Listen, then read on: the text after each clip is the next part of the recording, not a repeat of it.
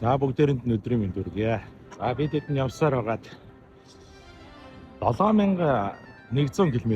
За яг дунд нь одоо хот мотор ингээд яваагүй шуудаа явсан бол 6800 км яваад лам орлоос Москва орд юм байна. За бид хэд болон 7190 км. За бараг 7200 км яваад Москва хотод орж ирсэн. За тэгээ та хэдтэй бас ялтын баярыг үзүүлчих санаа байсан боловч улаан талбай маань одоо сансын одоо их жижиг юм байна. Тэгээд энд бол одоо парад болдог. Тэгэхдээ үзэгчдийг оруулдаг юм байна. Телевизээр нэвтрүүлж үзүүлдэг юм байна. Тэгээд одоо өчтөр хайдтай парад бол үзүүлж чадсангүй. За нэгдүгээр 81 жилийн парад болсон өчтөр техник бол оролцоогүй зөвхөн одоо цэрэг явган цэргүүд оролцсон. Тийм парад болжээ.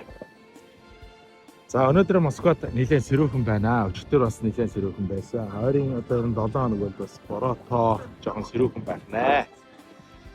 За тэгээд та бүхэндээ одоо амсаасаар Оросын холбооны улсын тухай түүхтэй товчхон одоо Москватын тухай түүхийг одоо өгье. За ер нь бол төгчдийн үзэж байгаагаар болвол 9-р зуунд одоо Оросын бангууд Славян үндэстнүүд хоорондоо нэгдэж одоо Кривийн Рус гэдэг улсыг байгуулжээ. Тэр нь бол одоо өнөөгийн Орос улс болоод байна. Беларусь улсын одоо хөөрн улс юм байна. За тэгээд Москвагийн хувьд болвол за би эхлээд ер нь Оросын юугаа яриад чи Оросын түүхийг яриад чи. Ер нь Оросын холбооны улсын хувьд болвол 17.1 сая км хавтаа дөрвөлжин за дэлхийн хэмжээнд бол газар нутгийн хэмжээнд нэгд ордог. Тийм юм байна. За тэгээд байгалийн баялаг бол нефт, байгалийн хий маш ихтэй. За модны нөөцөөр дэлхийд нэгд ордог. За хүн ам нь бол 146 сая хүн ам. За 146 сая хүн амаас 110 сая нь бол одоо Орос үндэстэн. За 5-6 сая нь бол одоо Ислам үндэстэн. За тэгээд одоо Дагестан буюу Кавказууд. За тэгээд бусад үндэстэн бол одоо Бурят гэдэг юм тий Альмаг за жишээ нь Бурят бол нэг 500 мянга орчим байдаг гэж байна. За ийм үндснээс бүрэлдэн тогтдог. Үндсэндээ 89 субъекттэй гэж. 89 субъекттэй холбооны улс. За 89 субъект гэдэг дотор бол автомат улсууд нь орж байгаа юм байна. За тэгээд хязгаарууд орж байгаа юм байна. За тэгээд мужууд бас орж байгаа. Област гэж тийм мужууд бол үндсэндээ 89 субъекттэй. За 190 одоо 190 гаруй үндэстний одоо оршил одоо сууж амьдардаг. Агуу том болсон шүү. За ер нь Оросын холбооны улсын хувьд бол товчондоо ийм байна. За Москва хотын тухайд болвол Москва хот маань 1147 онд анх үүссэн гэж төгсөж үздэг юм байна. За 47 онд бол ийм модон сайж хэлбэртэй байжээ. Москва хот нь өөрөө. За тэгээд 47 оноос хойш яасан бэ гэхээр Монголын эзэнт гүрний мэдэлд очижээ. Ордны улс. За Батхааны мэдэлд очсон юм байна. За олон зуун жил Монгол улсын эзэнт гүрний одоо мэдэлд байхдаа ер нь бол одоо өнөөгийн Москва, өнөөгийн Орос улс бол ер нь суурин тавигдсан гэж төгчд үздэг юм байна. За энэ ямар учиртай вэ гэхээр одоо татврын систем, за төрийн систем, засаглал гэдэг бүх зүйл бол одоо Монголын эзэнт гүрнээс одоо улбаатаа. Тэгэж одоо энэ одоо өнөөгийн хүчрэг Орос улс одоо үүсгэн байгуулах суурин тавигдсан гэж төгчд бол үздэг юм байна. За тэгээд Москва хотын хувьд бол би ингээд сонирхоод ингээд үзэж байхад бол 13 сая хүн амтай гэж шүү. Маш их хүн амтай тийм мегаполис хот гэж байна. 13 сая хүн амтай. За 3 том тойрог хэлбэртэй замтаан байна. За хотын интерьер архитектурын хувьд бол яг өстой Европын хийцтэй хуучны хийцтэй. За энэ нь бол бас аргагүй байна. Москва хотын Кремлийг бол барихад бол Италийн архитектур бас одоо орцож Италийн архитектурыг ашигласан гэж ярьд юм байна. Тэгээд ер нь бол энэ хотын энэ өнгө төрх бол ер нь хуучны хотыг санагдах тийм юм байна. 900 жилийн түүхтэй Москва хот өөрөө. Тэгэхээр одоо бол нэлээд бас хуучны те Европын хотод Батмад 10 мөн 100 жилийн түүхтэй. За тэгээд улаан талбайн түүхийг одоо Красный площадь гэж ярьдаг. Одоо би бол яг энэ улаан талбай дээр асууж байна. За улаан талбайн түүх Красный площадь бол Иван Грозный буюу одоо Оросын анхны хаан гэдэг юм байна. Нэлээд тийм түүхэндээ бол бас хэцгий тийм багшин хаан гэж байсан юм байна. Зургийг харахад бол бас сахал устэй нэлээд тийм ширүүн хацтай тийм хүн байлаа. За Иван Грозный гэдэг хүн бол энэ улаан талбайг одоо байгуулсан юм байна. За энэ бол яг үндсэн байгуулах шалтгаан нь бол тэр үед нь Кремль өөрөө модон цайз байсан юм байна. Тэгээд гадын аюулаас сэргийхийн тулд энэ том талбай байгуулаад за тэн дээр нь бол Худалдааны гудамж, сэргийн парад гэх мэтлээ одоо шашны тэргүүнүүд ингээд одоо цугладаг ч юм уу те. Иймэрхүү юу байжээ. Анх тэгж байгуулагдчихжээ. За тэгээд Иван Грозный Казан нэг эзэлсний дараа Татарстан гэдэг одоо хайд би өмнө тавьсан те. Казаныг эзэлсний дараа одоо Ялтын баяртаа зориулаад энэ Василийн сүм гэж одоо энэ сүм байжээ. За энэ бол одоо Оросын холбооны улсын те одоо Оросын хатсан юм байна. Маш гоё хийцтэй маш гоё Василийн сүм гэсэн. Энийг бол одоо Иван Грозный гэж хаан бодоод Казаныг 1552 он Казаныг эзэлсэнийхаа дараа Ялтын баярт одоо Ялтандаа зориулж барьсан юм шүү. За тэгээд Москва хотын тухайд бол 900 жилийн түүхтэй. За улаан талбайн хувьд бол одоо 500 гаруй жилийн түүхтэй. Тийм юм байна. За миний бодсноос бол улаан талбай бол жижигэн санагдлаа. За яг ер нь бол манай Сүхбаатарын талбай хаашаа ойролцоо арай жижиг юм уу да манай Сүхбаатарын талбайгаас. За тийм юм байна.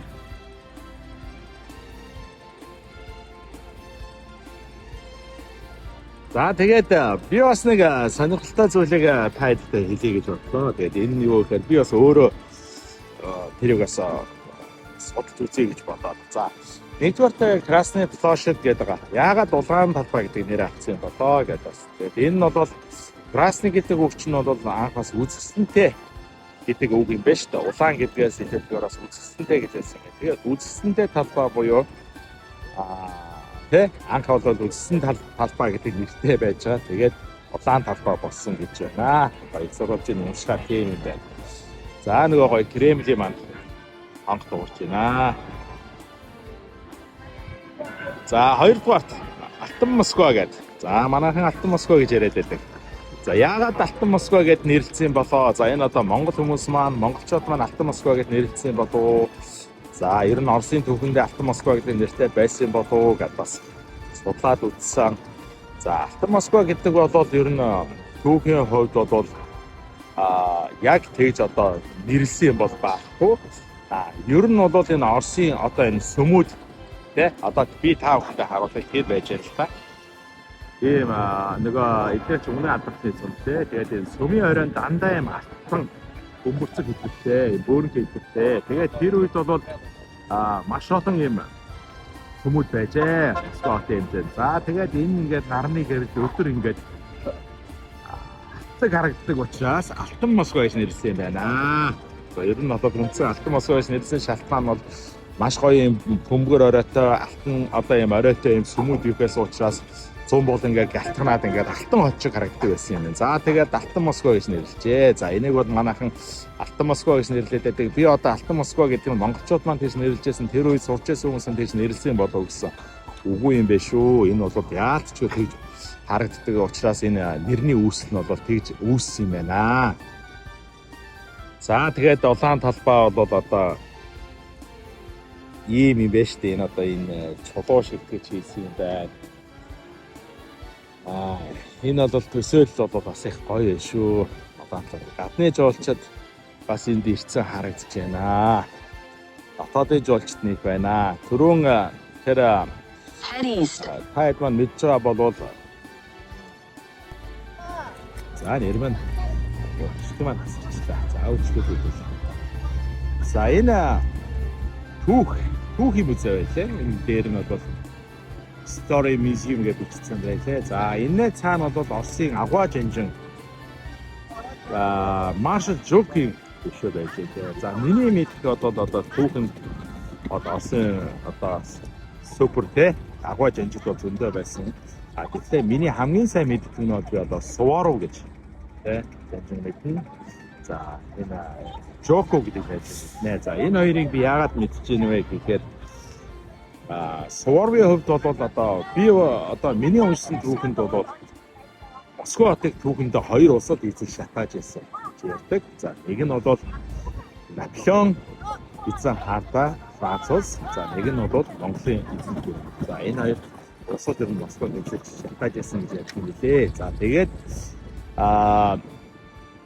Наполеон Бонапартыг ялсан те Москваг эзэлсэн ч алдсан ч гэсэн буцаагаад Москвагаас хөөж гаргаж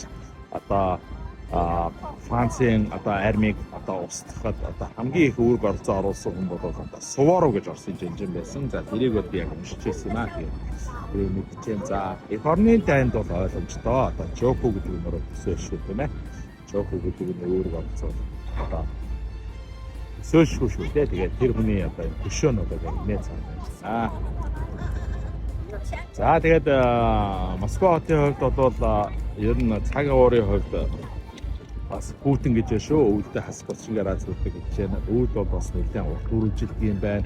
Хавар намрын үйлдэл нь ер нь богино гэж байна. За тэгээд ойртоо бол нэлээд бороотой байна. Бид энд 2-3 хоног. Тэгээ амарч байсан улаан талбайг тайлбар үзүүлээ гэж бодлоо. Хамтдаа үзээгүй нэг үзүүлээ тийм ээ. За улаан талбайд автаж үзлээ. За тэгээд их чичгэн санагдлаа. Би бас энэ төсөөлөөгүй. Тэгээд зурган дээрээс эцгэн дээрээс харахаар их том санагддаг байсан. За манай Сүхбаатарын талбай нэг 2 хуваацсан юм шиг. За урт нарийнх юм байна. Манай Сүхбаатарын талбай ч юм бол өрөөжин байдаг. За улаан талбай бол урт нарийнх юм байна. За тэгээд Оросын холбооны улсын хэмжээнд бол бас нэг сонирхолтой түүх таад дээрч өгöd. Оросын холбооны улсын мэдээлэлд Аляск мууч байсан. Америкийн улсад байдаг Аляск мууч гэдэг Канадтай хэллэгтэй. Тэгээд энийг бол 1872 онд Оросууд Америк зарсан. Тухайн үеийн ханшаар бол 7.2 сая доллараар зарсан гэж байна. Тэр бол тухайн үед бол Америкт худалдаж авчаад Америкийг ингээд худалдаж авсаа дараа Америкийн ард иргэд шуулж исэн гэж. За юу ч байхгүй юм газрыг те худалдаж авлаа. Царсдл байдаг те. Өөрхөн бол байхгүй гэдэг Аляск гэсэн. Тэгсэн өнөөдөр бол Аляск бол маш их нефтийн нөөцтэй, алтны нөөцтэй, байгалийн баялагтай тийм газар болжээ. За тэгээд Оросын холбооны улсын хэмжээнд тухайн үед бол бас яг үндсэн зарах шалтгаанууд бол байсан юм байна. Тэгээд нэгдүгээр бол санхүү хамрал байсан, мөнгөний хэрэг байсан юм байна. Тэгээ мөнгөний хэрэг байсан учраас бас зарах нэг шалтгаан болсон. Хоёрдугаарт бол Англи буюу Их Британаас бас айж исэн юм байна. Тухайн үед нөгөө Их Британий мэдээлэл Канад байсан байна. За тэгээд ер нь бол нөгөө Оросын холбооны улс бол газар нутаг нь маш том байсан учраас танах боломжгүй. За тийшээгээ тэрийг хамгаалахад бол маш их хэмжээний зардал орох байсан учраас ер нь зарсан нь бол хамгийн зөв шийдэл байсан гэдэг тухайн үедээ зарчээ. За өнөөдрийн хувьд бол ер нь бол тэрийг зарсан гэдэг дээр бол бас нэлээд тийм эмзэг сэдв байт юм байна. За хэрвээ тэрийг зараагүй байсан бол Америкийн нэгдсэн улстай бол 4 км-ээр хиллэх байсан гэж шүү. Оросын холбооны улс. За тэгээ ер нь яаж яваад бас ингээд Аляск тий тухайн үед одоогийн Аляск тий тухайн үед тэр Америк тийм хойд хэсэг Оросын мэдлэлд очсон байхаар ер нь бол яг тэр үед нөгөө анчтад тийшээ явж исэн юм байна л да. Тэгээд өслөг аймхан аваад ачаад худалдаачаад Аляск руу очоод тэгээд Аляскийг бол Оросын холбооноос өөртөө ингэж тухайн үед Оросын холбооноос юу ах вэ? Эзэн та Орос улс маань өөртөө авчихсан юм байна. Тэгээд бас тэрийг ингээд заарсныг тийм сонирхолтой түүх байт юм байна шүү. За одоо бол мэдээж Оросын холбооны улс бол дэлхийн хамгийн том газар нутагта маш их байгалийн баялагтай алмаз бол бас алмазын орд бол ерөөсөө дэлхийд нөөцөөрөө 1-2 ордог гэж байна. За байгалийн хийгээр бол 1 ордог гэж байна.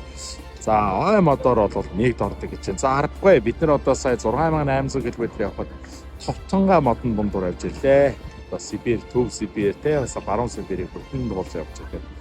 Тэгэхээр мод бол маш их модтой байх юм билээ. За тэгээд одоо Оросын холбооны зүрх болсон тий. Москвагийн зүрх болсон улаан талбай дээрээс одоо энэхүү товчхон мэдээллийг тайлбар өглөө. За гадаа жоохон хүүтэн байгаа болохоор бас гар жоохон даарчээ. Хүү маань бас жоохон даарчээ. Одоо хүүтэйгээ явж иртээ.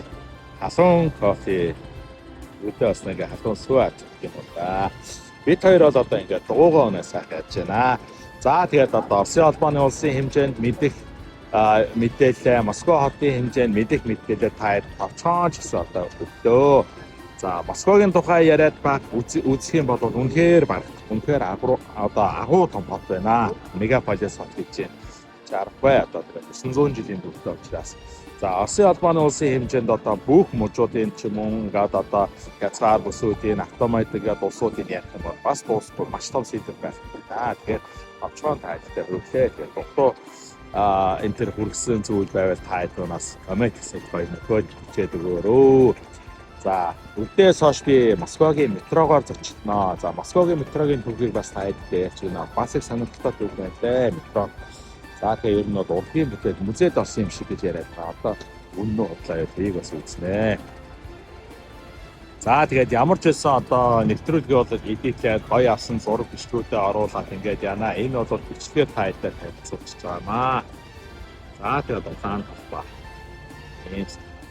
За энэ цаг тутамд ингээд Кремль гоё хонгоддөг юм байна. Их гоё дуурч юм.